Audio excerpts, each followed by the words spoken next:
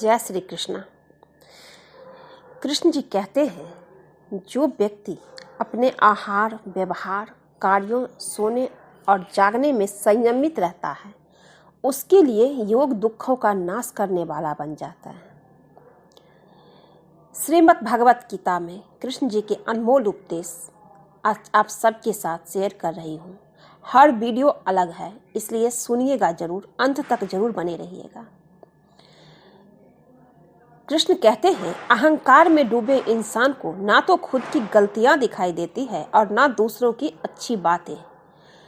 जब आदमी अहंकार में रहता है तो उसे आप कुछ भी कहिए, कितना भी समझा लीजिए, वो नहीं समझेंगे। आपकी बात वो मान ही नहीं सकते हैं। तभी तो विनाश होती है। जब आदमी समय रहते संभल जाए, समझ जाए, तो फिर विनाश कहाँ से होगा? विनाश कभी नहीं होगा। लेकिन जब आदमी को अहंकार सर पे चढ़ जाता है, आप किसी भी रास्ते पर कोई गलत काम कर रहे हो, धन की अहंकार हो, सुंदरता की हो, कुछ भी हो, जब वो अहंकार आ जाता है तो आप कितना भी उसे समझाइए, वो समझता नहीं है। तभी तो कहते हैं, नाशे काल विनाशे बुद्धि। जब नाश आता है तो बुद्धि विपरीत हो जाती है और उसका अंत बहुत बुरा होता है।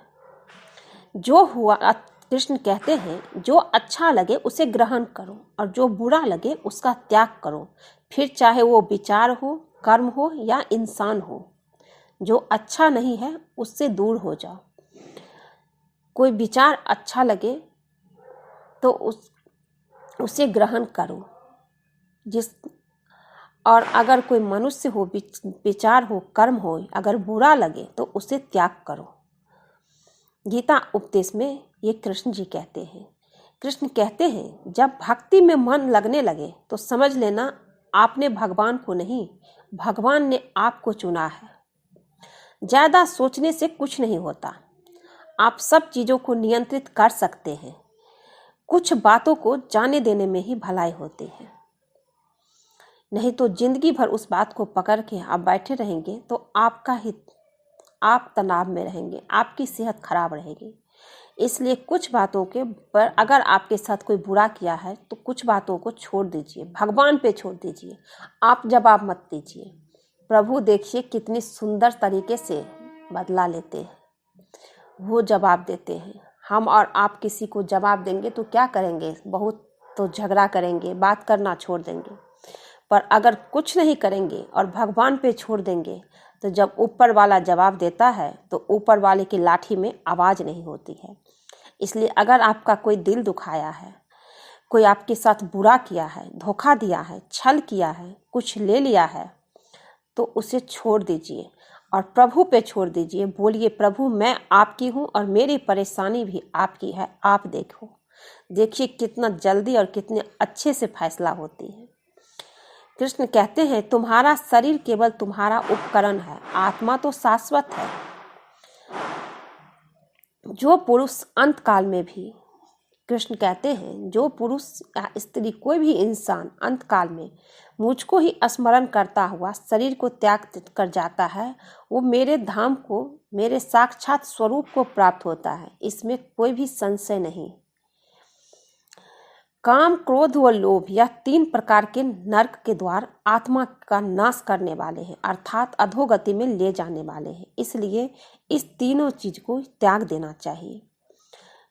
हमेशा इन तीनों का त्याग करना चाहिए। कृष्ण कहते हैं, मैं सभी जीवों में असीम परमात्मा हूँ। मुझसे ही स्मृति, ज्ञान और विस्मृति होती है। यदि कोई बड़े से बड़ा दुराचारी भी अनन्य भक्ति से मुझसे भजता है तो वो भी साधु कहने के योग्य है और उनकी शीघ्र ही मुक्ति हो जाती है और वो धर्मात्मा बन जाता है और शांति प्राप्त करता है। मुझे ना कोई जीव अप्रिय है ना प्रिय है, लेकिन जो श्रद्धा और भक्ति से मेरी उपासना करते हैं, मेरी समीप होते हैं और मैं भी उसके समीप होता हूँ। हे अर्जुन, तुम सदा मेरा स्मरण करो और अपना नियत कर्म करो। मुझे अर्पण किए बुद्धि और मन युक्त होकर तुम मुझ में वास करोगे और मुझे प्राप्त करोगे।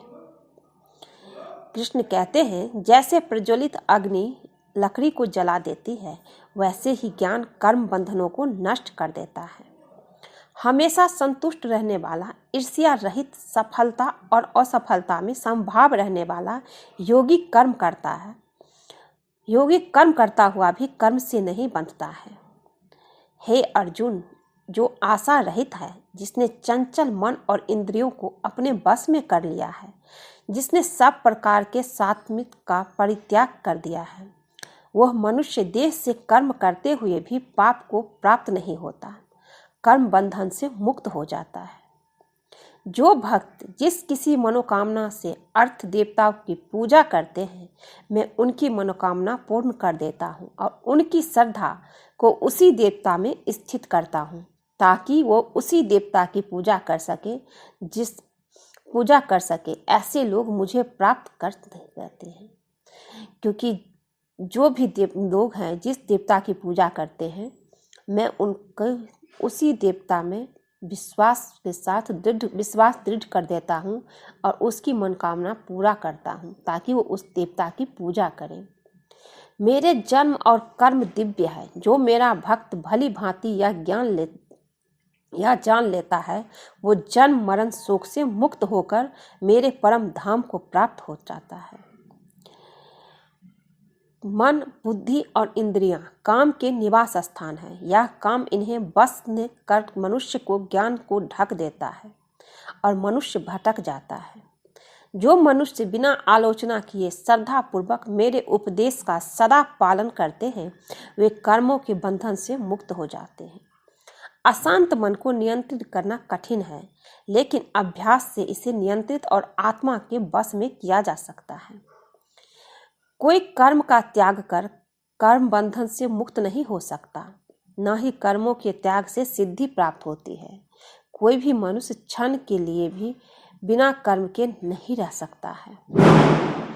जो मनुष्य सभी कामनाओं को त्याग कर इच्छा, अहंकार, ममता से रहित होकर विचरण करता है, वही शांति प्राप्त करता है।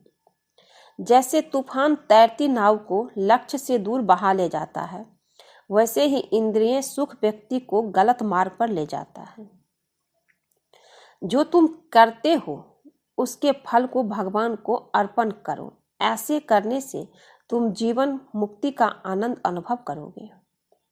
शांति से सभी दुख समाप्त हो जाते हैं और शांत चित्त योगी बुद्धि शीघ्र ही स्थित होकर परमात्मा से युक्त हो जाती है। विषयों का चिंतन करने से विषयों में आसक्ति होती है। आसक्ति से कामना, कामना से क्रोध, क्रोध से सम्मोहन और अविवेक से मनुभुष्ट हो जाता है और बुद्धि का नाश हो जाता है और बुद्धि का नाश मनुष्य का पतन होता है। कृष्ण कहते हैं, हे कुंती पुत्र, संयम का प्रयत्न करते हुए ज्ञानी का मन भी इंद्रियां बलपूर्वक हर लेती है। इसकी इंद्रियां बस में होती है, उसकी बुद्धि स्थिर होती है। जो मनुष्य जीवन आध्यात्मिक ज्ञान के चरणों के लिए दृढ़ संकल्प में स्थिर है, वो संकटों के आक्रमण को सहन कर सकते हैं। वे निश्चित ही आनंद और मुक्ति के योग्य हैं। जब तुम्हारी बुद्धि मोह रूपी दलदल को पार कर जाएगी, उस समय तुम शास्त्र से सुने हुए शून्य योग वस्तुओं से भी वैराग्य प्राप्त कर लोगे। कृष्ण कहते हैं, जब तुम्हारी बुद्धि मोह रूपी दलदल को पार कर जाएगी, उस समय तुम शास्त्र से सुने हुए और शून्य योग वस्तुओं से भी वैराग्य प्राप्त कर लोगे। केवल कर्म करना तुम्हारे पास है, कर्म का फल नहीं। इसलिए तुम फल की आसक्ति में ना फंसो और कर्म का त्याग भी ना करो। हे अर्जुन, तुम ज्ञानियों की तरह बात करते हो और जिनके लिए शोक करने का कारण नहीं, उनके लिए शोक करते हो। ज्ञानी व्यक्ति जीवित या मृत के लिए शोक नहीं करते, और ये तो तुम्हारा कोई भी नहीं है। किसको तुम अपना रिश्तेदार कहते हो, जो तुम द्रौपदी का चीरहरण किया? हे अर्जुन, विकट परिस्थितियों में कायरता को प्राप्त होना महापुरुषों के आचरण के विपरीत है। यह न स्वर्ग की प्राप्ति का साधन है और न ही इससे कीर्ति प्राप्त होगी। व्यक्ति जो चाहे बन सकता है, अगर वो निश्चित वस्तु का चिंतन लगातार करता हुआ है। कर्म उसे नहीं बांधता जिसने फल का परित्याग कर दिया है। जो मेरे दिव्य जन्म और कर्म को समझता है, वो शरीर त्यागने पर पुनर्जन्म नहीं लेता और मेरे परम धाम को प्राप्त हो जाता है। मेरा भक्त मुझे प्रिय है। भक्ति का अर्थ केवल पूजा अर्चना नहीं, मन, वचन और कर्म से मेरे प्रति समर्पण है।